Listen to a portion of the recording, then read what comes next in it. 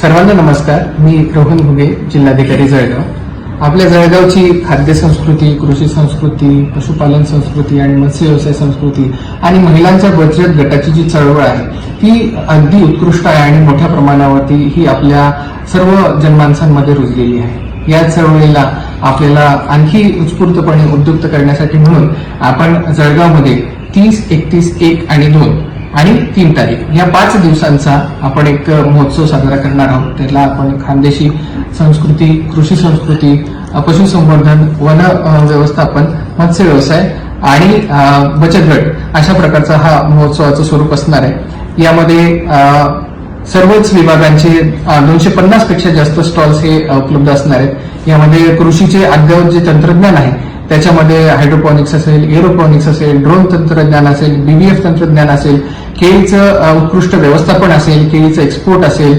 कापसाचं व्यवस्थापन असेल, कॉटन श्रेडर असेल, इतरही सर्व जे आपण साधनसामुग्री आणि यंत्रसामुग्री कृषीमध्ये आपण वापरतो त्या सर्वांचं प्रात्यक्षिक देखील केले जाईल. यामध्ये उत्कृष्ट काम करणाऱ्या आपल्या शेतकरी बांधवांचं यामध्ये जे यशोगाथा आपल्याला ज्याला म्हणता येईल या यशोगाथा देखील पूर्ण दिवसभर चालवण्यात येतील.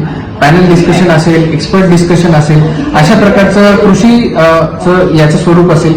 त्याच प्रकारचं स्वरूप जे आहे ते पशुसंवर्धनचं देखील असेल. त्यामध्ये गायवर्गीय जनावरं असतील, म्हैसवर्गीय जनावरं असतील, कुक्कुटवर्गीय जनावरं असतील, या कुक्कुटवर्गीय पक्षी असतील, या सर्वांचं त्यामध्ये सहभाग असणार आहे. त्यांच्यासाठी दुग्ध स्पर्धा असेल आणि उत्कृष्ट जे अॅनिमल्सची स्पर्धा असेल ती देखील त्यामध्ये असणार आहे. आणि जळगावकरांना असे चांगले वाणाचे, चांगल्या जातीचे जे जनावर आहेत ते बघायला मिळतील. आणि पशुसंवर्धन अगदी उत्कृष्ट पद्धतीने कसं करावं, चारा व्यवस्थापन कसं करावं आणि त्यांचं इतरही स्वच्छतेचं व्यवस्थापन पशुसंवर्धन करत असताना कसं करावं याबाबतची प्रात्यक्षिकं देखील त्यामध्ये करण्यात येतील.